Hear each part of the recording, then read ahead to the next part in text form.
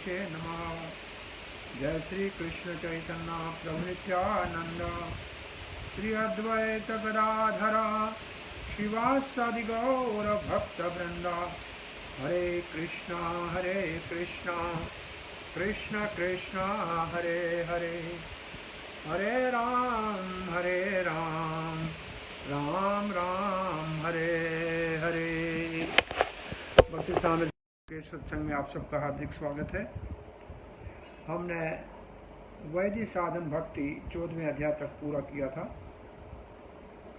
और आज हम 15वें अध्याय में राग अनुगा साधन भक्ति का अध्ययन शुरू करेंगे। 15 और 16 अध्याय राग अनुगा भक्ति का, राग अनुगा साधन भक्ति का वर्णन है। तो आइए 15वें अध्याय का शुभारंभ करते हैं। अब आप देखिए पहले दूसरी स्लाइड में कि उत्तम भक्ति 3 प्रकार की हमने पहले से शुरू की है। साधन भक्ति वो 2 प्रकार की है, वैदी और रागानुगा, और फिर भाव भक्ति और प्रेम भक्ति। तो अभी तक हम वैदी भक्ति को साधन में संपूर्ण करके आए हैं और आज हम रागानुगा भक्ति को शुरू करते हैं। तो रागानुगा भक्ति के लिए कल हमने आपसे ये चर्चा की थी कि 2 शब्द हमको समझने चाहिए, राग आत्मिका और राग अनुगा। तो इन 2 शब्दों के लिए ये हमारे चैतन्य चरितामृत से एक श्लोक है। इसके बाद आप देखिए कि दोनों का आपस में संबंध क्या है। राग आत्मिका भक्ति मुख्य ब्रजवासी जने, तार अनुगत भक्तिरा राग अनुगा नामे। तो जो राग आत्मिका भक्ति है वो मुख्य रूप से ब्रजवासी जनों में होती है, जो भगवान के नित्य पार्षद हैं गोलोक धाम के, और भगवान के अवतार काल में जो वृंदावन में उनके संग माधुर्य लीला वात्सल्य के भाव में, सखा के भाव में, दास्य के भाव में होते हैं, उनको कहते हैं राग आत्मिक भक्त। तार अनुगत भक्तेरा, जो उनके अनुगत बने। अनुगत का मतलब उनके पीछे चले। उनके पीछे चले का मतलब जैसे वो करते हैं वैसे उनसे सीखे करने को। अनुगत का मतलब ये नहीं है कि उनकी जगह ले ले, कि कोई नंद बाबा बन जाएगा, ऐसा नहीं है। कोई शुगल बन जाएगा, ऐसा नहीं है। कोई ललिता बन जाएगा, इसका अर्थ ये नहीं है। इसका अर्थ है वो जैसे करते हैं उनको सहयोग करके, और जिस तरीके से वो कृष्ण को प्रसन्न करते हैं वैसे प्रसन्न करने की मन में लालसा उत्पन्न हो, तो उसको कहते हैं राग अनुगा भक्ति। तो आपको दोनों इन शब्दों का आपस में जो संबंध है ये समझ में आया। अब ये भक्ति रसामृत सिंधु में इसी का ये श्लोक भक्ति रसामृत सिंधु में इसी विषय को है। व्राजन्तीम अभिव्यक्तां ब्रजवासी जनादीशो रागात्मिकां अनुश्रुता या सा रागानुगोच्यते। व्राजंत का मतलब जो प्रकाशित है, उज्जवल है। अभिव्यक्ति, जहाँ अभिव्यक्ति उसकी बिल्कुल प्रकाशिक है, उज्जवल है। ब्रजवासी जन, ब्रजवासियों में जो भगवान के प्रेम अपने आप स्वतः ही प्रकाशित है, अभिव्यक्त है, उज्जवल है, उसको रागात्मिक कहते हैं। और जो उनका अनुसरण करे, अनुश्रता, जो उनके अनुसरण करे, उसके पीछे चलना चाहे, उसको कहते हैं राग अनुगा उच्यते। तो राग अनुगोत हो गया, राग अनुगा उच्यते तो संस्कृत में हो गया राग अनुगोच्यते। तो ये है दोनों का संबंध। अब राग आत्मिका किसको कहते हैं? आगे चलिए, राग आत्मिका किसको कहते हैं? तो राग आत्मिका भक्ति का जो परिभाषा है वो चेतना चरितामृत में दिया हुआ है। इष्टे स्वारसिकी राग परम आविष्टता भवेत, तन्मयी सा भवेद भक्ति शास्त्र रागात्मिक कोदिता। उस भक्ति को रागात्मिक कहते हैं जिसमें इष्टे स्वराशि की राग, अपना इष्ट, यहाँ इष्ट का मतलब कृष्ण, उसमें बहुत प्रगाढ़ आसक्ति हो। और दूसरा उसके विषय में चिंतन में परम आविष्टा हो, परम आविष्ट उसके चिंतन में हो, तो ऐसी तन्मयी, जिसमें वो तन्मय है, भगवान के ही सुमरण में तन्मय है, तो ऐसी भक्ति को राग आत्मिका भक्ति कहते हैं। तो ये राग आत्मिका भक्ति के देखिए दो लक्षण हैं। दो लक्षण में एक जो मुख्य लक्षण है वो है इष्टे गाढ़ तृष्णा। इष्टे गाढ़ तृष्णा पहला लक्षण है कि अपने इष्ट में बहुत ही गाढ़, गाढ़ का मतलब गहरी, तीव्र, तृष्णा का मतलब उसको प्रसन्न करने की, पाने की, सेवा करने की लालसा। रागेर स्वरूप लक्षण, ये राग का स्वरूप लक्षण है। राग आत्मिक भक्ति में ये राग का स्वरूप लक्षण है। इष्टे आविष्टता, और इष्ट के विषय में विचार सदा ही उसमें आविष्ट रहे, चिंतन पूर्ण रूप से उसका हो, और उसी यानी रागमयी हो, आविष्ट हो जाए, इसको कहते हैं तटस्थ लक्षण। तो एक दो लक्षण हो गए राग आत्मिका भक्त के, एक हुआ गाढ़ तृष्णा और दूसरा हुआ आविष्टता, चिंतन, बहुत गहरा चिंतन। तो ये हो गई राग आत्मिका भक्ति का परिभाषा। अब राग आत्मिका भक्ति जो है, इन्हीं दो लक्षणों को यहां आपके दिखाया गया है। उसका स्वरूप लक्षण वो है प्रगाढ़ तृष्णा, और उसका तटस्थ लक्षण है आविष्टता, बहुत गहरा चिंतन, उस विचार पूर्ण रूप से कृष्ण के ऊपर केंद्रित हो और कृष्ण को में गाढ़ आसक्ति हो। तो एक स्वरूप लक्षण है, एक तटस्थ लक्षण है राग आत्मिका भक्ति का। अब राग आत्मिका शब्द की परिभाषा क्या है? राग आत्मिका शब्द का मतलब है जिसका जीवन का सार ही राग हो, बहुत गाढ़ प्रगाढ़ तृष्णा हो। किसके लिए? कृष्ण के लिए। पूर्ण रूप से कृष्ण के विचारों में निमग्न रहे, और इस प्रकार का जिसका कृष्ण की प्रति प्रेम का भाव होता है, प्रेम का जो गाढ़ आकर्षण होता है और उसके चिंतन में निमग्न रहते हैं, उसको राग आत्मिका भक्ति कहते हैं। तो उनके जीवन का सार ही ये है। अब राग आत्मिका भक्ति का और रागानुगा का आपस में संबंध क्या है? रागमयी भक्ति है रागात्मिका नाम, तहा सुनी लुब्ध है कौन भाग्यवान। रागमयी भक्ति, रागमयी भक्ति मतलब जो पूर्ण रूप से राग से रंगी हुई है। एक राग का अर्थ, राग का एक तो अर्थ है आसक्ति, गाढ़ आसक्ति। एक राग का दूसरा अर्थ है रंग।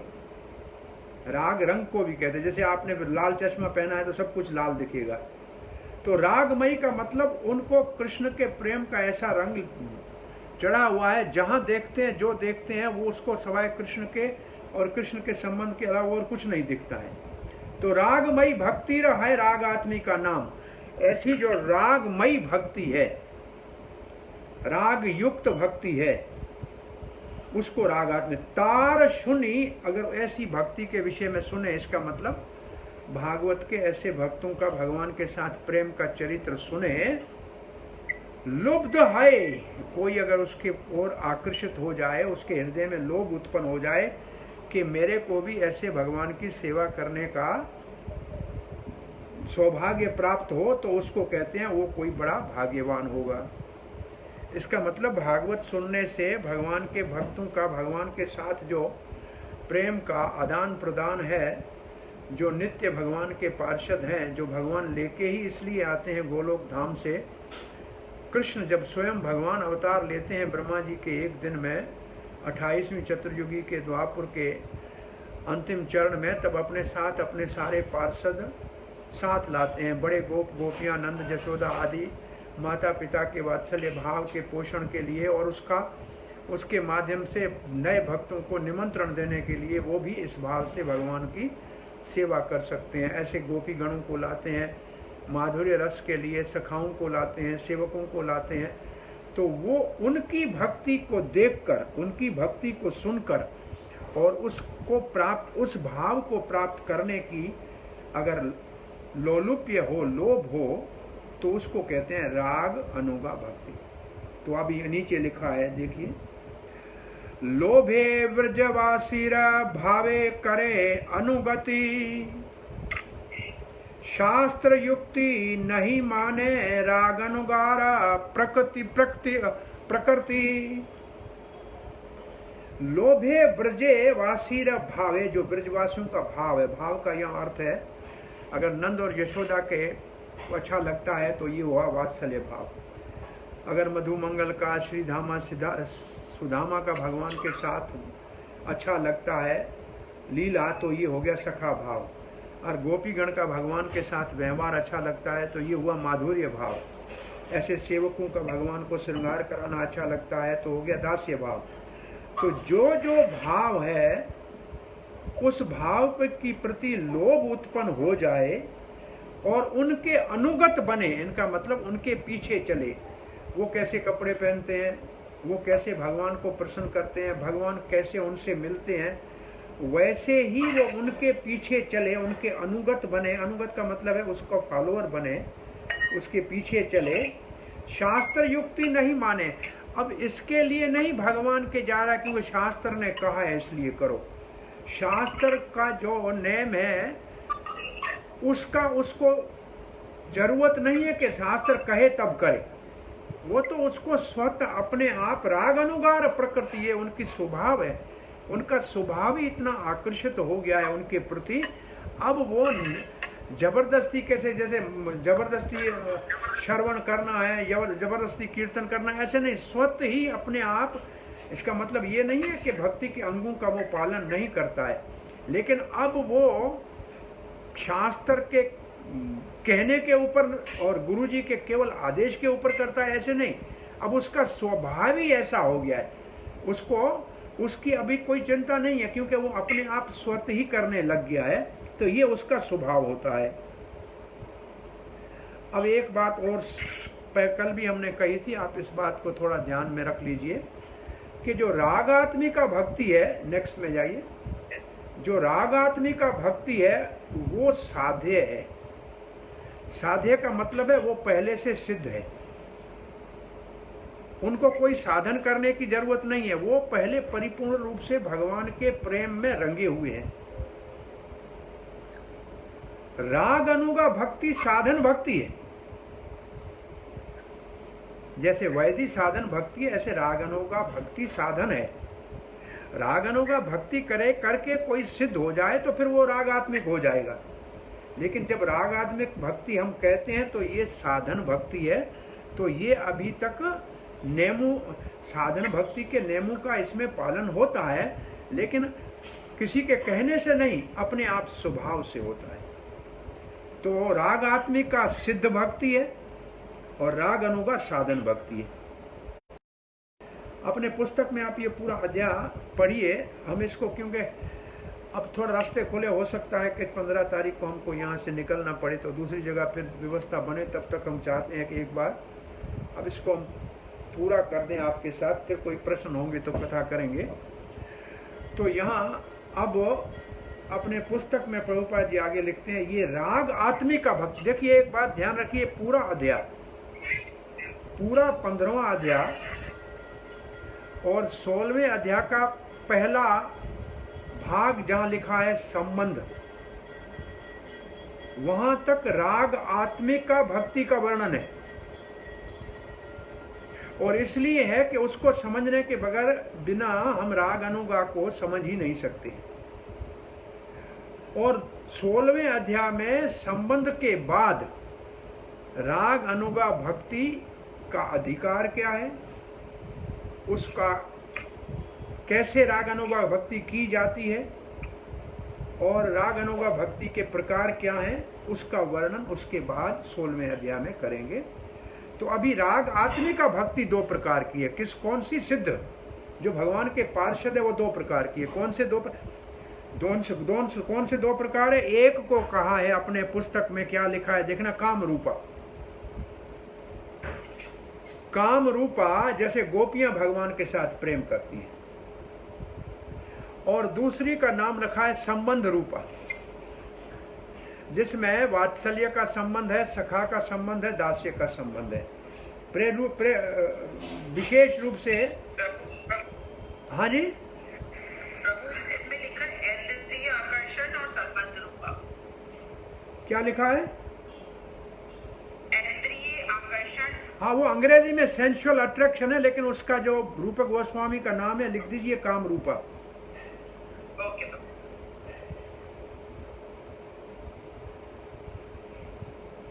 हरे कृष्ण। ये काम रूपा पहली, असल में दोनों संबंध है। ये माधुर्य रस की है, दोनों है संबंध, लेकिन ये विलक्षण है। इसलिए श्री रूप गोस्वामी ने 2 विभाग किए हैं कि एक काम रूपा और एक संबंध रूपा। ये है राग आत्मिका भक्ति।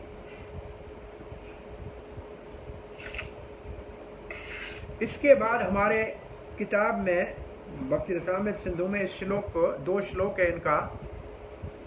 ये संबंध और काम रूपा को दिखाने के लिए भागवत के 7वें स्कंद से कुछ श्लोक दिए हुए हैं। अपने पुस्तक में भी इनका जो है परिभाषा दिया हुआ है। तो अब हम एक संबंध भगवान से कैसे होते हैं उसका विषय में 2 श्लोक हैं, इनको पढ़ते हैं। कामाद् द्वेषाद् भयात् स्नेहाद् यथा भक्त्या भक्त्येश्वरे मनः आवेश्य तद अगम हित्वा बहवस्तद्गतिम गताः। बहुत से लोग भगवान के पास पहुंच गए हैं, मुक्ति प्राप्त कर ली है। कैसे? मन आवेश करने से, भक्ति से, भगवान के ऊपर मन आवेश करने से, चाहे वो काम से करें, चाहे द्वेष से करें, चाहे भय से करें, चाहे स्नेह से करें। तो ये संबंध, इन संबंधों से कोई भगवान से गाढ़ मन से चिंतन करता है, मन आविष्ट रखता है, तो बहुत से लोग ऐसे मुक्ति प्राप्त कर चुके हैं। तो दूसरे श्लोक में इसका उदाहरण दिया हुआ है, आगे देखिए किसने क्या किया। गोप्य कामाद् भयाद् कंसो द्वेषाचेद्याद्यो नृपः संबंधाद् वृष्ण्यः स्नेहात् यूयं भक्त्या वयं विभो। गोपियों ने भगवान को काम से प्राप्त किया, भय से कंस ने, द्वेष से शिशुपाल, चेदी आदि का मतलब शिशुपाल आदि राजाओं ने, और संबंध से वृष्णि वंशी आप यादवों ने, और स्नेह से पांडवों ने। यूयाम का मतलब ये नारद जी जो है युधिष्ठिर महाराज को संबोधन कर रहे हैं कि आप पांडवों ने स्नेह से, और अपने लिए कहता है मैंने भक्ति से भगवान को पाया। तो इन 2 श्लोकों के आधार पे अब इसके बाद वाला आप देखिए स्लाइड में क्या लिखा है। लिखा है कि भगवान के साथ संबंध, उनमें से कौन से रागात्मिक है और कौन से नहीं है। ये 5 संबंध बताए गए, इनमें से 2 केवल रागात्मिक है, 3 रागात्मिक नहीं है। तो पहला है गोपियों ने काम से भगवान को पाया, ये तो है रागात्मिक, क्योंकि ये पूरे का पूरा स्वतः ही भगवान के गाढ़ तृष्णा है और मन आविष्ट है। लेकिन भय से कंस ने और द्वेष से शिशुपाल ने ये रागात्मिक नहीं है, क्योंकि ये अनुकूल भक्ति नहीं है।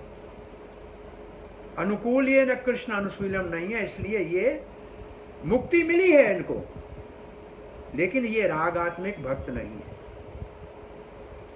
इसके बाद संबंध से यदुन वृष्णि ने इसका, ये रागात्मिक के स्तर पे आ सकते हैं अगर भगवान से मैत्री का भाव है, तो थोड़ा सा इसमें रागात्मिक होने की संभावना है।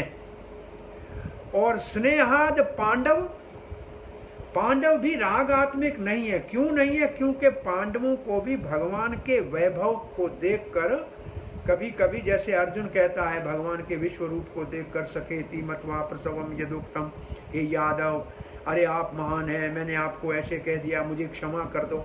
तो भगवान के ये जो है, जब उनमें, उनके अंदर ऐसा भाव अगर नहीं है, बहुत प्रेम का भाव है, तो संबंध थोड़ा सा रह सकता है। लेकिन रागात्मिका के अंदर कोई भी, जिसको ऐश्वर्य का प्रकट होने के अंदर भी भगवान के ऐश्वर्य से प्रभावित नहीं होते हैं। जैसे यशोदा मैया ने भगवान के मुख में विश्व रूप देखा, लेकिन उसके बच्चे की तरफ बच्चे का ही भाव रहा, भगवत भावना नहीं आई। ऐसे भगवान के सखाओं ने इतने बड़े बड़े असुरों को मारते हुए कृष्ण को देखा, लेकिन उनको देख के उनको भय नहीं हुआ और न ही उनके ऐश्वर्य से वो प्रभावित हुए। और भक्ति से नारद ने जो किया वो भी वैदी भक्ति से किया, इसलिए रागात्मिक नहीं है। वो तो नियम पालन करके और शास्त्र के अनुसार भगवान की सेवा करते हैं, इसलिए वो वैदी भक्ति है। तो आप देखिए कि नारद की भक्ति को वैदी भक्ति कहा गया है, तो वैदी भक्ति कितनी महान है, कोई सामान्य नहीं है। लेकिन इसमें दो ही को राग आत्मिक माना गया है, जिसमें विशेष रूप से काम रूपा को और दूसरे नंबर में संबंध रूपा को। तो अब ये उदाहरण के बाद एक प्रश्न उठता है, क्या प्रश्न उठता है अपने पुस्तक में, इसके बाद ये प्रश्न उठाया हुआ है कि कंस को और शिशुपाल को भी वही गति मिली जो गोपियों को मिली, ऐसे कैसे हो सकता है? तो वहां उदाहरण क्या दिया गया है कि सूर्य का प्रकाश और सूर्य एक ही चीज है। तो कोई सूर्य के प्रकाश में रहे और कोई सूर्य लोक में रहे तो कहेंगे दोनों को कि सूर्य का ही, सूर्य के पास ही है, लेकिन दोनों अलग जगह पे हैं, एक जगह पे नहीं है। और दूसरा उदाहरण दिया हुआ है, राज, एक कोई आदमी राज में रहे और कोई राज महल में रहे। राज तो बहुत बड़ा होता है, लाखों लोग रहते हैं, लाखों नगर शहर हैं, और कोई राज महल में रहे, तो उन दोनों में अंतर है। तो इसलिए इस बात को कहने से पहले अपने पुस्तक में श्रील प्रभुपाद जी लिखते हैं कि भगवान एक है तत्व से, लेकिन फिर भी उसको जानने वाले कुछ ब्रह्म मानते हैं, कुछ परमात्मा मानते हैं और कुछ भगवान मानते हैं। तो कंस आदि वो केवल ब्रह्म ज्योति तक ही प्रवेश कर पाते हैं और वो भगवान के धाम में प्रवेश नहीं करते हैं। परंतु जो भगवान के भक्त हैं वो भगवान के धाम में प्रवेश करते हैं, जैसे राजमहल में रहते हैं, कंस आदि जैसे राज में रहते हैं। तो ये मुक्ति तो मिलती है, लेकिन स्थान अलग है, वो ब्रह्म के ज्योति तक ही पहुंचते हैं। तब दूसरा प्रश्न उठता है कि ब्रह्म में तो निराकारवादी भी जाते हैं। तब वो अपने पुस्तक में लिखा है, जो शत्रुता से भगवान का ध्यान करता है उनको जो ब्रह्म ज्योति मिलती है वो तो इन मायावादियों को भी मिलती है, उधर ही पहुंचते हैं, क्योंकि वो भी एक प्रकार से भगवान से द्वेष ही करते हैं। उसके लिए चैतन्य महाप्रभु ने कहा है कि मायावादी कृष्ण अपराधी। फिर प्रभुपाद ने लिखा है ऐसे, हमारे आचार्यों ने, अगर इन निराकारवादियों को भक्तों का संग मिल जाए तो फिर ये भक्ति में आगे बढ़ के भगवान के धाम में जा सकते हैं, पार्षद बन सकते हैं। तो यहाँ असल में हमारा 15वां अध्याय, 2-3 बातें और आपसे इस विषय में करके फिर आगे बढ़ते हैं।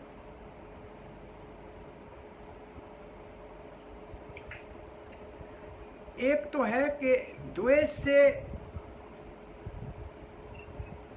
शिशुपाल ने भगवान का चिंतन किया, लेकिन एक और राजा भी हमारे भागवत में आता है, महाराज वेण। तो महाराज वेण ने भी द्वेष किया, लेकिन वो तो नरक में गया। तो ये अंतर क्यों है? ये अंतर इसलिए है कि वेण का मन भगवान में आविष्ट नहीं था, केवल भगवान का द्वेष ही था। लेकिन कंस और शिशुपाल तो 24 घंटे भगवान का ही चिंतन करते थे, शत्रु के रूप में, द्वेष से। लेकिन चिंतन करते थे, वो चिंतन नहीं करता था। तो मुख्य बात है साधन भक्ति में किसी प्रकार से, किसी भी प्रकार से मन कृष्ण के ऊपर केंद्रित होना चाहिए। तो उनका मन कृष्ण के ऊपर केंद्रित था, जबकि वेण का मन कृष्ण के ऊपर केंद्रित नहीं था, इसलिए उसको ये गति नहीं मिली। और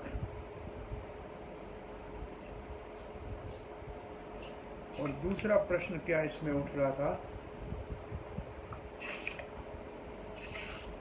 और फिर कुछ शास्त्रों का उल्लेख भी प्रभुपाद ने दिया है ब्रह्मांड पुराण में, जैसे लिखा है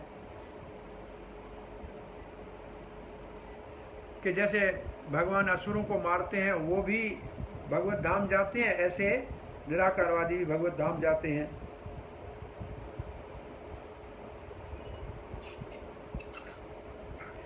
और फिर श्रुतियों का एक और उदाहरण दिया हुआ है अपने पुस्तक में 10वें स्कंद से। श्रुतियां कहती है भगवान, ये योगी तो आपके ब्रह्म में लीन होना चाहते हैं, लेकिन हम तो गोपियों के चरण चिन्हों में चलकर आपके साथ ऐसे प्रेम करना चाहते हैं।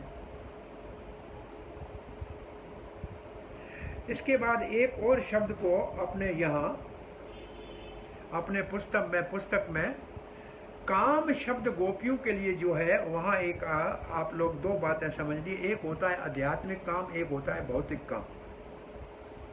गोपियों का लिए काम शब्द इसलिए कहा है कि लोगों को काम, दुनिया के काम की ही अनुभूति है, उनको आध्यात्मिक काम की परिभाषा का पता नहीं है, इसलिए उनको काम शब्द लिखा है। लेकिन ये काम संसार का काम नहीं है।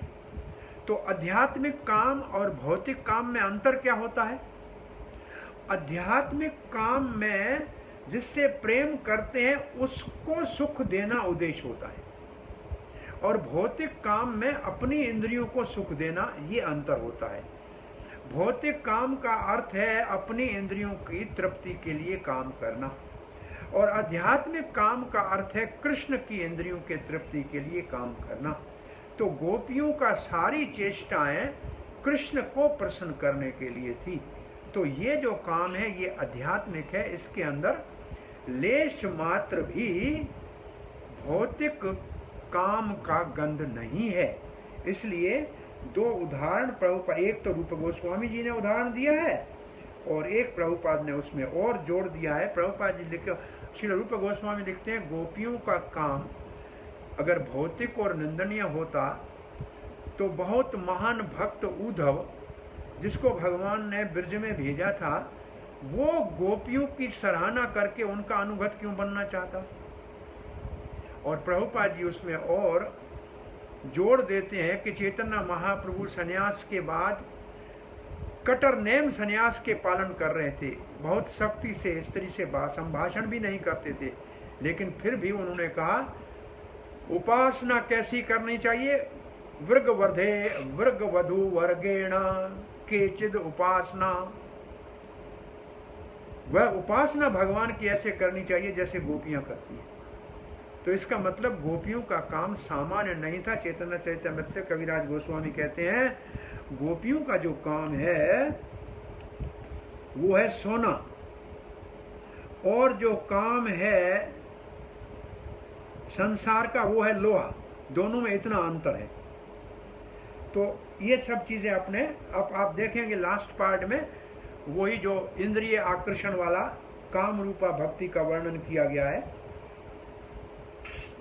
जिसमें इन दोनों कामों का वर्णन जो अभी हमने आपसे कहा, उद्धव का और इनका चरित्र चैतन्य महाप्रभु प्रभुपाद की ओर से, उद्धव का रूप गोस्वामी की ओर से उदाहरण दिया है, ये इस लास्ट वाले विभाग में है।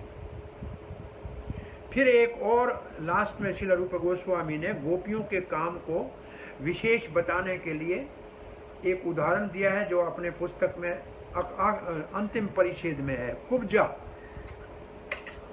कुब्जा भी कृष्ण से प्रेम करती थी, लेकिन उसका प्रेम कहते प्राया काम रूपा। इसका मतलब वो शुद्ध प्रेम गोपियों जैसा नहीं था, उसकी अपनी इंद्रियों की तृप्ति की कामना थी। तो वो प्राया काम, उसके लिए शब्द लिखा है ऑलमोस्ट लाइक काम, लेकिन वो शुद्ध काम नहीं है, आध्यात्मिक काम नहीं है। उसके काम में भौतिक इच्छाएं हैं, इच्छा की गंध थी। तो ये यहाँ हमारा अध्याय इन सारे प्रसंगों के साथ पूरा होता है। ठीक है।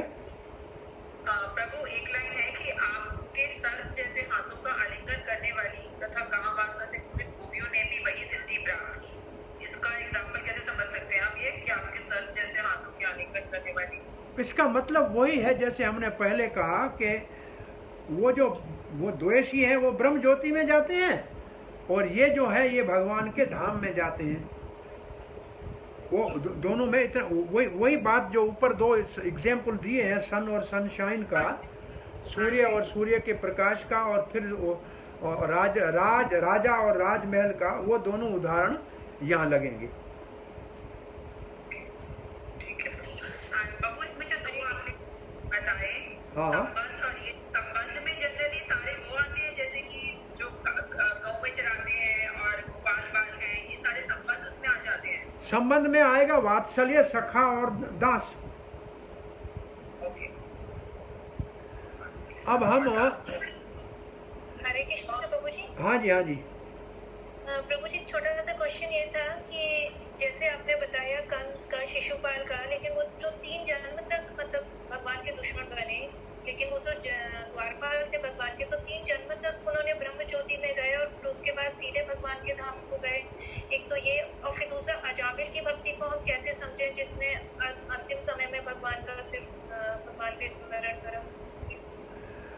जय विजय वाला जो है वो तो भगवान की लीला में आए थे, लेकिन फिर उनका यहाँ सिर्फ है कि मन कितना भगवान में आकर्षित था, और 3 जन्मों को उनको शराब था, लेकिन वो वापस गए जय विजय के स्थान के ऊपर, अपने स्थान पे ऊपर जाके इस भगवान की सेवा में लगे। और भगवान तो अपने धाम से कोई जाता है तो उसको लेने के लिए 3 बार क्या 4 बार भगवान 4 अवतार ले लिए उनको वापस लेने के लिए, लेकिन उनका मन भगवान में आविष्ट था। बाकी जो अजामिल की बात है, अजामिल इस कोई इन भक्ति के साधनों में नहीं है। अजामिल के उदाहरण हमने साधन भक्ति में हमने पढ़ा था। अजामिल को कहाँ पढ़ा था कि भक्ति से मन के अंदर जो काम की इच्छा, जो इच्छाएं रह जाती हैं वो भी भक्ति नाश कर देती है। भक्ति उसके मुख से अंतिम में भगवान का नाम निकला तो उससे ऐसा नहीं है कि भगवान के धाम चला गया।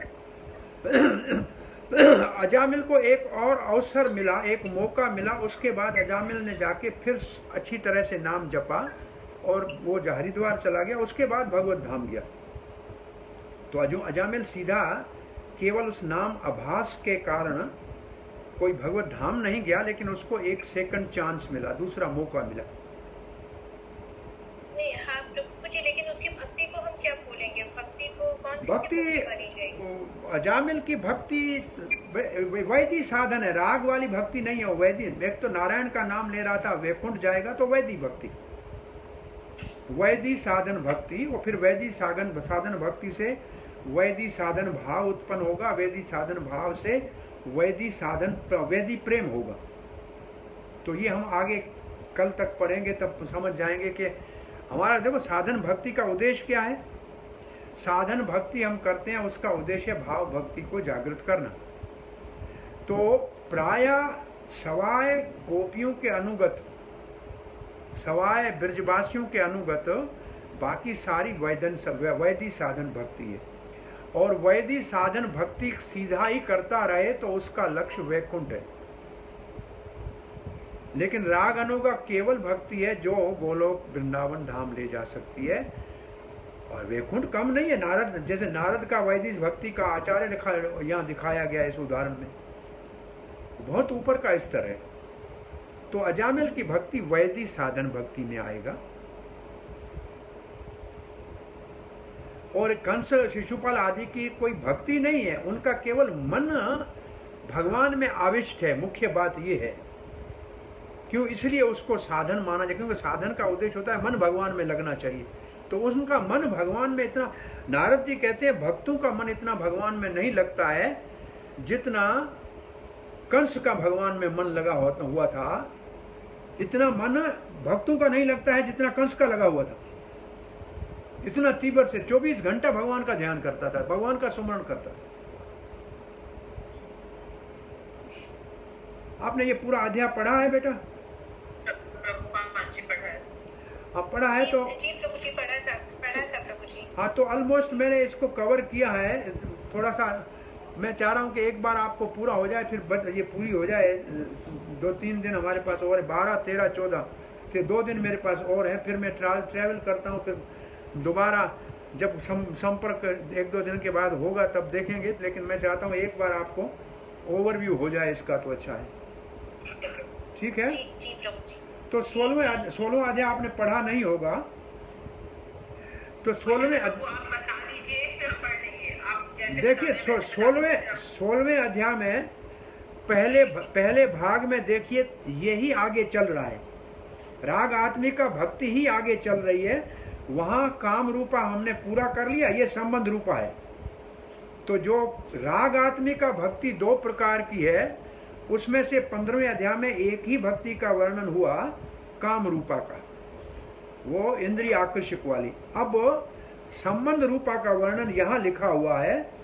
जैसे प्रभुपाद लिखते हैं, नंद बाबा या यशोदा मैया जिस प्रकार भगवान से प्रेम करते थे माता पिता के रूप में, वो भगवान के आदि माता पिता हैं, असली माता पिता हैं। और देखो एक बार प्रभुपाद एकदम लिखते हैं, कोई भी नंद की जगह लेके पिता नहीं बन सकता है, कोई यशोदा नहीं बन सकता है, परंतु अगर भक्त कोई चाहे ऐसे वात्सल्य प्रेम को, तो उनका अनुगामी बन सकता है। लेकिन ये जो है, ये भगवान के संबंध रूपा रागात्मिक भक्त हैं, ये सिद्ध हैं। ये संबंध रूपा रागात्मिक भक्त हैं। और फिर इस प्रकार संबंध रूपा कुछ द्वारका में भी हो सकते हैं जो भगवान के प्रति संबंध से आकर्षित हैं।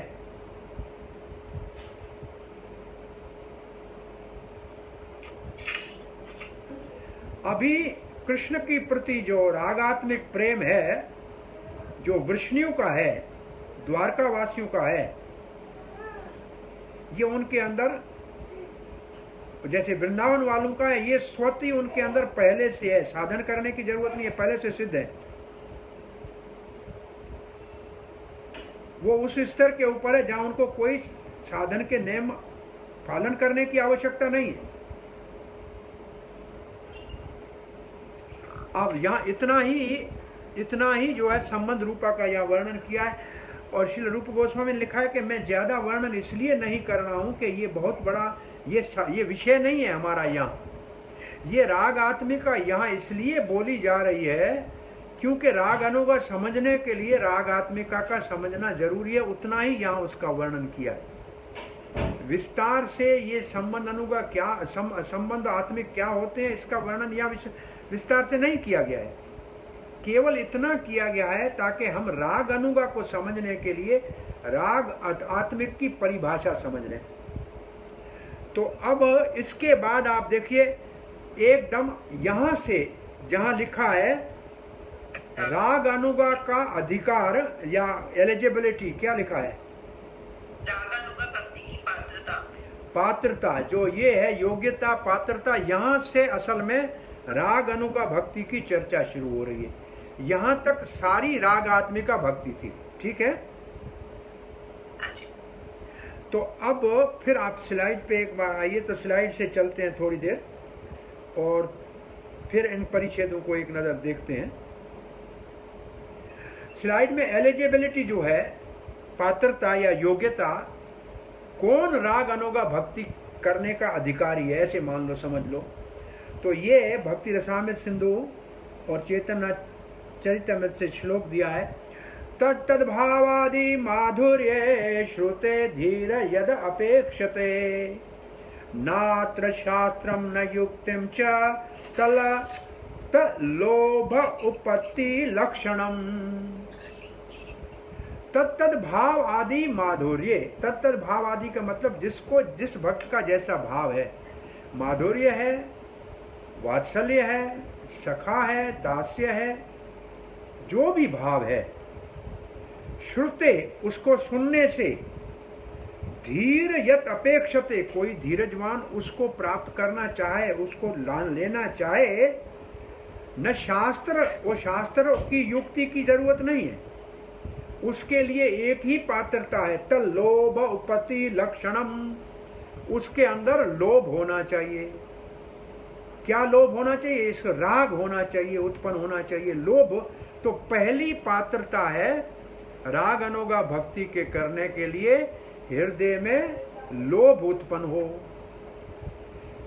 कैसा लोभ उत्पन्न हो? जैसे भाव वाले भक्त को भगवान के साथ सेवा करते हुए, भगवान को प्रसन्न करते हुए देखता है, उसी भाव को प्राप्त करने के लिए लोभ उत्पन्न हो। अब उसको शास्त्र के बंधन के कारण करने की जरूरत नहीं है, तर्क वितर्क की जरूरत नहीं है। वो स्वभावत ही अपने आप उसकी ओर आकर्षित हो जाता है।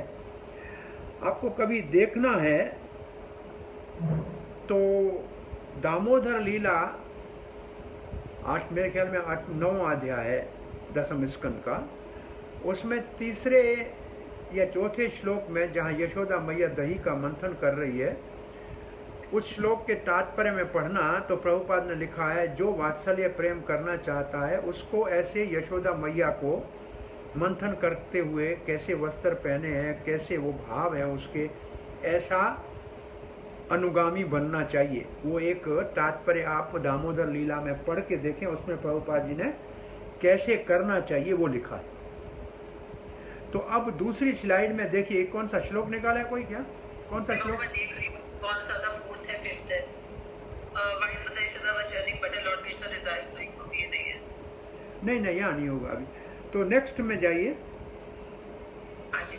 नेक्स्ट स्लाइड में इसी श्लोक के भाव को आपको स्पष्ट करने के लिए दिखा है। इसका अर्थ ये है कि पात्रता राग अनुगा भक्ति के लिए लोभ है। उसका अर्थ है तीव्र इच्छा कृष्ण की सेवा करने की, और विशेष संबंध में, विशेष भाव में, 5 में से किसी भी एक भाव से। प्राय राग अनुगा में शांत भाव का वर्णन नहीं होता है, 4 भाव, उनमें किसी एक भाव के प्रति तीव्र इच्छा उत्पन्न हो जाए, उसके लिए लोभ। लोभ की परिभाषा ये है कि मुझे ये चाहिए, मिलेगा तब लूंगा, ये नहीं, कैसे भी मेरे को चाहिए, उसके लिए कुछ भी करना पड़े, मैं ये इसको प्राप्त करूंगा, उसको लोभ कहते हैं। तो राग अनुगा भक्ति, उसके लिए जो मार्गदर्शक है वो एकमात्र केवल लोभ है, और उसको शास्त्र के नियमों के जैसे भाई बकरियों को जैसे है कि भाई लकड़ी से हाँका जाता है, ऐसे शास्त्र के नियम से उनको चलाने की जरूरत नहीं है। उनके अंदर इतना गाढ़ लोभ उत्पन्न हो गया है, भगवान को पाने की तीव्र इच्छा हो गई है, और उसी भाव में हो गई है जिस भक्त को वो देख के प्रभावित हुए हैं। तो केवल लोभ पहला पात्रता का गुण है रागनों का भक्ति करने के लिए। अब दूसरा क्या है? दूसरे की पात्रता क्या है?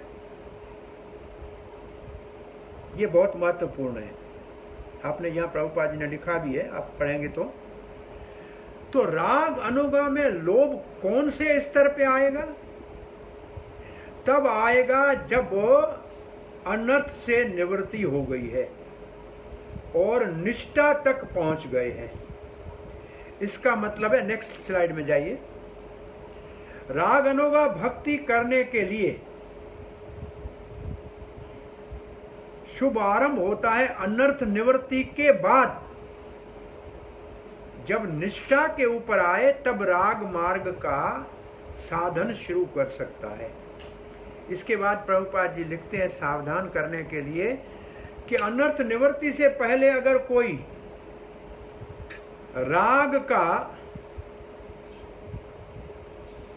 राग मार्ग का प्रदर्शन करता है तो वो सहजिया है, क्योंकि वो अभी तक अनर्थ से निवृत्ति ही नहीं हुआ है। जैसे वृंदावन में आदमी साड़ियां पहन के गोपी के भाव से घूमने का प्रयास करते हैं, और फिर पान भी चबाते हैं, सिगरेट भी पीते हैं, चाय भी पीते रहते हैं। तो ये क्या है कि अनर्थ निवृत्ति से तो ऊपर उठा नहीं, निष्ठा तक पहुंचा नहीं। कम से कम निष्ठा तक पहुंचने के बाद ही राग अनुगा भक्ति का साधन शुरू किया जा सकता है। उससे पहले करने से उत्पाद ही होंगे और भक्ति सहजिया हो जाएगी। और फिर प्रभुपाद जी ने यहाँ एक सावधानी के लिए अपने पुस्तक में लिखा है सिद्ध प्रणाली। अपने पुस्तक में ये आप पढ़ लेना, सिद्ध प्रणाली लिखा है। सिद्ध प्रणाली का मतलब है कुछ ऐसे तथाकथित गुरु है जो अपने शिष्यों को कहते हैं कि आप गोलोक वृंदावन में जो है हिरण हो, आप गाय हो, आप मोर हो, ये आपका सिद्ध रूप है, और फिर बैठ के वो उस तरीके से व्यवहार करते हैं। तो ये अनर्थ निवृत्ति नहीं हुई है, इसलिए इस प्रकार से उनका सिद्ध प्रणाली को इसलिए जो चला रहे हैं वो ठीक नहीं है। तो अब पहला अधिकार लोभ और दूसरा अधिकार है कम से कम अनर्थ निवृत्ति से ऊपर उठा हुआ हो और निष्ठा तक पहुंचा हो, तब राग अनुगा साधन भक्ति का अभ्यास कर सकता है, प्रैक्टिस कर सकता है। ठीक है। तो हमारे पास अभी दो अधिकार में दो, अब तीसरा विषय है इस सब्जेक्ट। अब दूसरा विषय राग अनुगा के लिए है कि उसके करने का साधन क्या है, कैसे करते हैं राग अनुगा साधन भक्ति, उसका मेथड क्या है। मेथड को क्या कहेंगे हिंदी में, उसकी विधि क्या है, राग अनुगा साधन भक्ति की विधि क्या है। तो इसके लिए हाँ ये है, कृष्ण सुमरन ज्ञानम चास्य प्रेष्टम निज समेतम तत्तत् कथा रतश्चासौ कुर्याद वासम ब्रजे सदा। ये है साधन। क्या, किसका साधन, राग अनुगा भक्ति का साधन या विधि। ये है कृष्ण सुमरन जन चास्य, जो भगवान श्री कृष्ण का स्मरण करने वाले जन हैं और जो उनके प्रिय हैं, प्रेष्टम जो प्रिय हैं, निज समेतम जो उनके सेवक हैं, तत्तत् उसकी कथा। इसका मतलब है जो भक्ति के अंग, हम वेदी भक्ति में 64 कह के आए हैं, उन अंगों में से बहुत से अंग, क्योंकि ये भी साधन भक्ति है, राग अनुगा भी साधन भक्ति है, तो इसमें भी उन अंगों की जरूरत है। इसलिए कथा रतश्चासु, कथा में रति होनी चाहिए, श्रवण करना चाहिए। किसका श्रवण करना चाहिए, ये भी श्रवण करेगा, वहां भी वो भी श्रवण कर रहा है, ये श्रवण करेगा, समझो कि इसका सखा भाव है। तो ये सखा, जो कोई सखा भी एक चुनेगा जिसमें उसकी आसक्ति हो गई कि मेरे को श्रीधामा भगवान के सुबल सखा का भगवान के साथ जो प्रेम है अच्छा लगता है, ये सखा भगवान के साथ गैया चराने जाता है, तो वो सुबल सखा जैसा वेश पहनता है, जैसे भगवान के लिए सेवा करता है, उस भाव की कथाएं सुनेगा, उस भाव का कीर्तन करेगा, और उसके करने के लिए क्या करेगा, कुर्याद वासम ब्रजे सदा, फिर ब्रज में सदा वास करेगा। तो ये भक्ति का अध्ययन, इस भक्ति का अभ्यास करने के लिए ब्रज में वास करेगा। लेकिन अब प्रश्न ये उठता है कि ब्रज में वास कैसे करेगा। तब आगे श्री रूप गोस्वामी कहते हैं कि ब्रज में वास शरीर से भी कर सकता है, और शरीर से संभव नहीं हो तो मन से भी कर सकता है। मन से ब्रज में वास कर सकता है, या शरीर से करे तो ठीक है, शरीर से नहीं कर सके तो मन से करे। तो अब क्या हमारे को यहां मिला,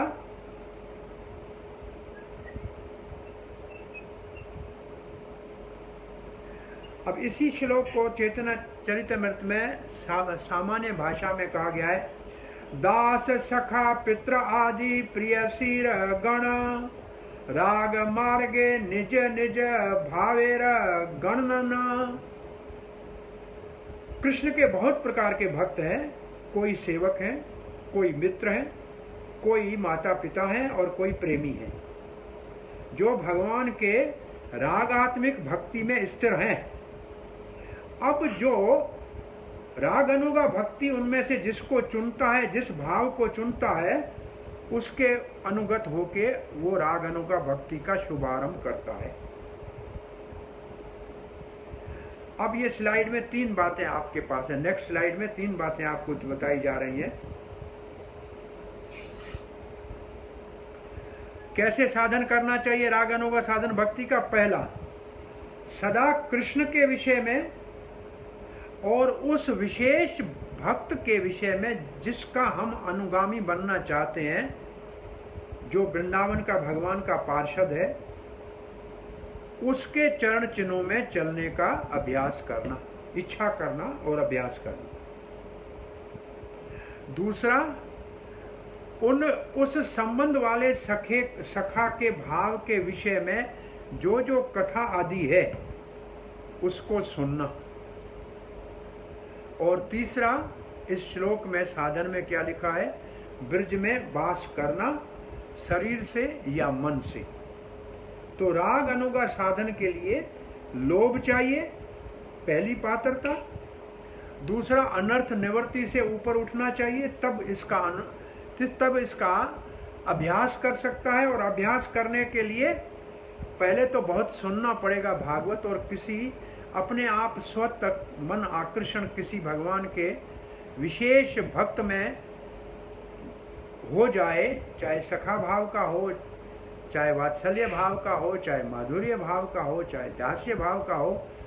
फिर उसी सखा का कैसा कृष्ण के साथ उठना है, बैठना है, वो कृष्ण को कैसे प्रसन्न करता है। जैसे सखा कोई वास्तव सखा भाव का है, वो कहेगा अरे मधुमंगल तुम रुक जाओ, मैं आज ये गायों को लेके आ रहा हूँ, तुम यहाँ रहो, मैं जाता हूँ, ये तुम्हारी सेवा करता हूँ, क्योंकि ये सेवा आप करते हैं कृष्ण के लिए, मैं आपकी सेवा करके, और आप कृष्ण की सेवा में लगिए। तो उसके मन में ऐसा भाव आएगा।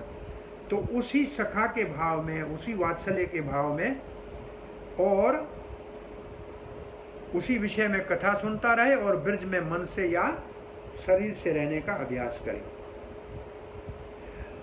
अब एक और हमारे पुस्तक में श्री रूप गोस्वामी ने कहा है और प्रभुपाद ने यहाँ लिखा है। अब क्योंकि ये साधन ही तो कर रहा है, तो साधन कर रहा है तो उसका बाहर का व्यवहार जो है वो तो साधन वाला होना चाहिए। जैसे नया भक्त करता है ऐसे करना चाहिए। लेकिन ये जो अभी बताया गया है राग अनुगा साधन, ये वो अंदर अंदर में करे, अपने हृदय में वो साधन करे, और बाहर से सामान्य जैसे भक्त करते हैं वैसे व्यवहार करे। तो इसलिए ये श्लोक बहुत महत्वपूर्ण है। सेवा साधक रूपेण सिद्ध रूपेण च अत्र ही तदभाव लिपुस्ना कार्या व्रज लोकानुसारतः।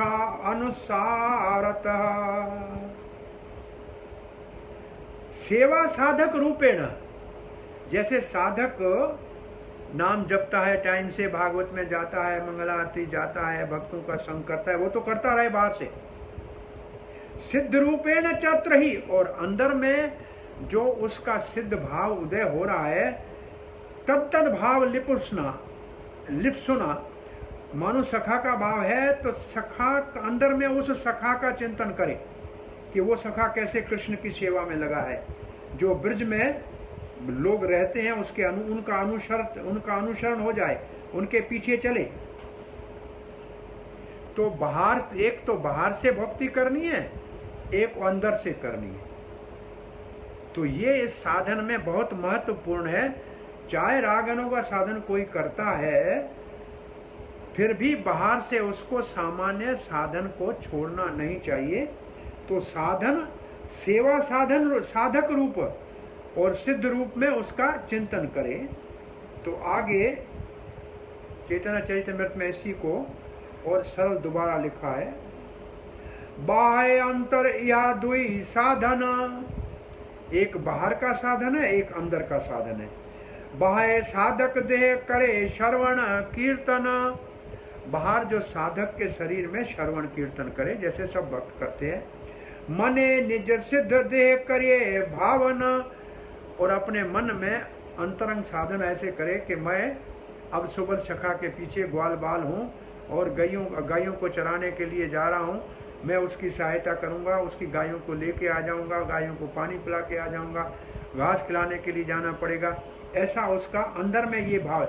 रात्रि दिने करे ब्रजे कृष्णेरा सेवना, और रात और दिन जहाँ जहाँ जो वो भक्त सेवा करके कृष्ण को प्रसन्न करता है, उसी भाव से कृष्ण की सेवा करने का चिंतन करता रहे। तो बाहर से तो श्रवण कीर्तन करे, अंदर से सिद्ध भाव से चिंतन करे। तो इसको ये साधन जो है, ये है राग अनुगा का साधन। मध्य लीला में आगे एक श्लोक बोला हुआ है, एक श्लोक बोल के आज की कथा को यहाँ विराम देते हैं। कल आप ये पढ़ना। निज अभीष्ट कृष्ण प्रेष्ठ पाछेत लागिया, निरंतर सेवा करे अंतर मना हैया। निज अभीष्ट कृष्ण प्रेष्ठ, निज अभीष्ट मतलब जो भक्त भगवान की, कृष्ण के प्रेमी, जिसको उसने चुना है, जिसके पीछे वो चलेगा। निज अभीष्ट का मतलब मानो कि मेरा अभीष्ट है कोई गोपी, ललिता आदि, या मंजरी, रूप मंजरी आदि, और वो कौन है? वो कृष्ण प्रेष्ठ है, वो कृष्ण को बहुत प्रिय है। वो मेरी निज जो है, वो मेरी व्यक्तिगत अभिष्ट ये है, मेरी अभिलाषा ये है कि मैं उसके पाछे लागे, कि मैं उसके पीछे उसका सेवक बन के उसको कृष्ण की सेवा में सहायता करूं। निरंतर सेवा करे, और फिर निरंतर दिन रात सेवा करे। कैसे? अंतर मना हैया, अंदर मन से वही चिंतन करता रहे, बाहर से अपना साधन करता रहे। अब ये दो शब्द दोबारा आए हैं, देख लीजिए। साधक रूप, नेक्स्ट स्लाइड में, साधक रूप और सिद्ध रूप। साधक रूप है शरीर, जिससे हम साधन भक्ति करते रहेंगे, और सिद्ध रूप जो है वो हमारा साधन करने से स्वरूप की सिद्धि हो जाएगी, जो हमारे अंदर में ध्यान से, उसको मानसिक ध्यान से उस रूप का आस्ते आस्ते हम प्रकाशन करते रहेंगे। तो अब एक आसान दो शब्द, ये दो लाइनें आसानी से देख लीजिए तो ये बात समझ में आएगी। हमारे लिए आसान ये है, हमारे पास चैतन्य महाप्रभु के पार्षद भी हैं और कृष्ण के पार्षद भी है, राधा कृष्ण के पार्षद भी हैं। चैतन्य महाप्रभु के पार्षद साधन रूप से साधन हैं तो कृष्ण के ही पार्षद, लेकिन यहाँ साधन कर रहे हैं। तो इसलिए लिखा है कैसे किया जाए भक्ति राग अनुगा?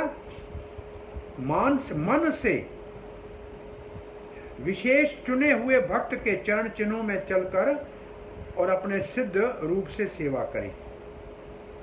और साधक रूप से सेवा का मतलब जैसे हमारे आचार्य गण करते थे। इसलिए ये जो स्लाइड है लास्ट वाली, इसलिए हमको भगवान कृष्ण के भक्तों का ब्रज में मन से और भगवान चैतन्य महाप्रभु के भक्तों का साधक के रूप में अनुशीलन करना चाहिए।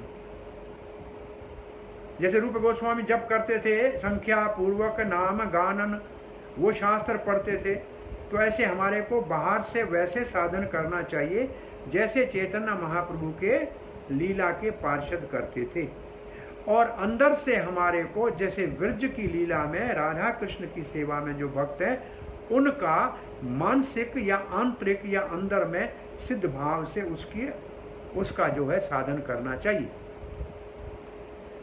अब हम वैसे रूप अनोगा एक दृष्टि से हमको कहा जाता है, और हमारा गुरु वर्ग जो है वो रूप अनोगा है, तो एक दृष्टि से उनके पीछे हम चल रहे हैं। ये एक दृष्टि से हम, जैसे हम तुलसी पूजा करते हैं तो राग अनोगा का रोज का हमारे साधन में ये आ रहा है। हमें मालूम नहीं है क्योंकि अभी तक हम अनर्थ निवृत्ति से ऊपर नहीं है, इसलिए हमारे को व्यक्तिगत रूप से इसकी अनुभूति नहीं है, लेकिन ये हम कर रहे हैं। तो यहाँ तक का आज रखते हैं। अब एक छठा और लिखा है, इसको पढ़े। ये अंग 6 अंग लिखे हैं साधन के, छठा अंग एक देख लीजिए। फिर भी वैदिक भक्ति के अंग जो हमारी रागनों का भक्ति के साधन के लिए जरूरी है, जैसे श्रवण कीर्तन आदि, वो भी करता रहे। तो ये 6 हैं राग अनुगा साधन की विधि। अब कल हम यहाँ से आगे पढ़ेंगे। राग अनुगा 2 प्रकार की है, यहाँ से कल आगे पढ़ेंगे। तो अब आपने पुस्तक में इसको आप देख लीजिए कहाँ तक हम पहुँचे हैं। मैं आपको प्रभु हम यहाँ तक पहुँच गए, कामानुगा से बस लास्ट पैराग्राफ में एक बंदे खत्म करा आज। हाँ, तो बस यहाँ तक अगर हम पहुँच गए हैं तो आप समझ लीजिए कि कल से हम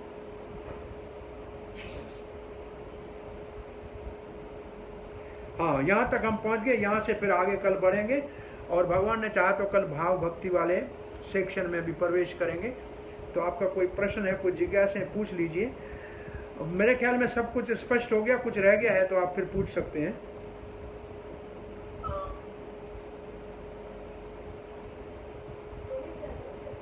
प्रभु एक क्वेश्चन था इस वाली स्लाइड में ऊपर। हाँ जी, कौन सी वाली में? और मैं 1 सेकंड ऊपर लेके आती हूँ उसे। अच्छा, वो मैं आज मेरा ऑडियो ऑन करना भूल गया। इसको कैसे भी मेरे को आप भेजती हैं ग्रुप में, फेसबुक मेरे पास भेज दीजिए इसी। तो मैं इसको मेरा ऑडियो दबाना आज थोड़ा भूल गया। हाँ जी प्रभु, जो इसके अंदर आपने बताया ना कि ये 2 लक्षण जो बताए शुरू में, जो पिक्चर स्टार्ट हुआ था रागानुगा भक्ति। हाँ, गाढ़ तृष्णा ये है स्वरूप लक्षण, गाढ़ तृष्णा रागात्मिक भक्ति की। और दूसरा है चित्त आविष्ट, जो सुमरन जो है उसका, उसमें चित्त आविष्ट है, ये जो है ये तटस्थ लक्षण है। उस श्लोक के अंदर 2 शब्द, श्लोक के अंदर दोनों शब्दों को अलग करके देखें। चेतन चेतन बहुत सरल शब्द है।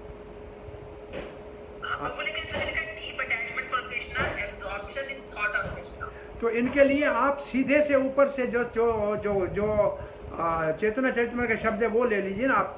जो गाढ़ तृष्णा ये डीप अटैचमेंट, और तो ये है इष्टे आविष्टा, इष्ट में आविष्टा, चित्त की, चित्त जो को है, जो चित्त जो है वो इष्ट में कृष्ण में आविष्ट हो, कृष्ण के प्रति गाढ़ तृष्णा और कृष्ण में चित्त आविष्ट।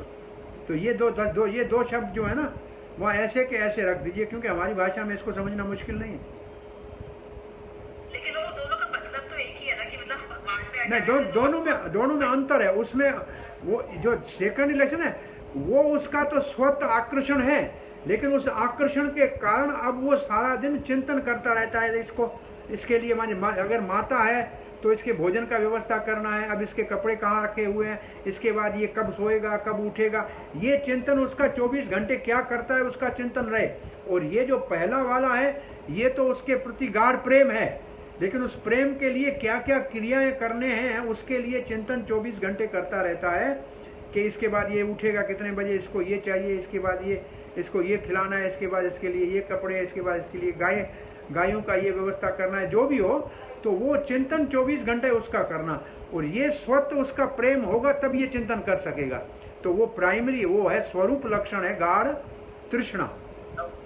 हाँ, तो वो उसका चिंतन 24 घंटे, वो ऐसा नहीं है जैसे बच्चे से हम प्रेम करते हैं तो 24 घंटे वो गले लगा के उसको नहीं बैठते हैं, लेकिन 24 घंटे बच्चे का ध्यान रहता है कि आज इसके भोजन का टाइम हो गया है, आज इसको किताब लेके देने हैं, आज इसको कपड़े देने हैं। तो ये जो चिंतन है ये सेकेंडरी है, प्रेम है इसलिए चिंतन हो रहा है। हाँ जी, हरे कृष्ण। हाँ जी, तो मेरा क्वेश्चन था ये, इसके बारे में नहीं था, अलग था।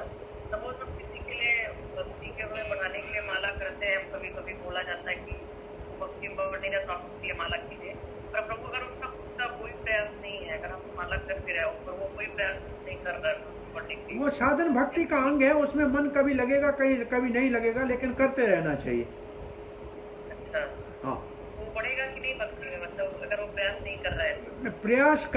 प्रयास मतलब कम से कम जब करता रहे तो भगवान उसको फिर तो अंदर से कुछ ना कुछ। हम कर रहे हैं प्रभु, हम कर रहे हैं उनके लिए माला, और सब किसी के लिए माला कर रहे हैं उसको भक्ति में लाने के लिए, पर उसका प्रयास कोई नहीं है कि वो भक्ति में बढ़ना चाहते हैं, मेरा अच्छा, माला करना वर्क करेगा कि नहीं? आप प्रार्थना करती रहे, माला में प्रार्थना यही करें कि भगवान उसको भी आप अपनी भक्ति दीजिए, आपकी मति, उनकी मति आप में लगे। ऐसे प्रार्थना करने से भगवान आपके हृदय से, उसके हृदय में परमात्मा के रूप में है, उसको आपकी प्रार्थना के माध्यम से उसको प्रेरणा दे सकते हैं। लेकिन थोड़ा समय लगेगा, जब उसके लिए टाइम उचित आएगा, जब उसकी अज्ञात सुकृतियाँ जो है इकट्ठी हो जाएंगी, तब वो शुरू कर देगा।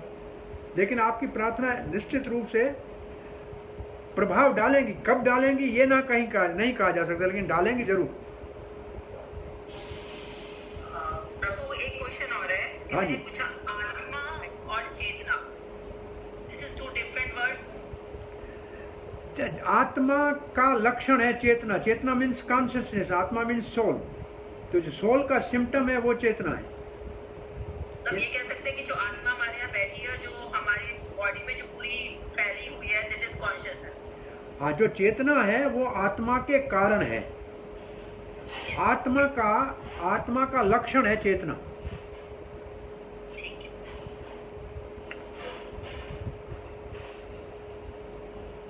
हरे कृष्णा। किसी का कोई प्रश्न है?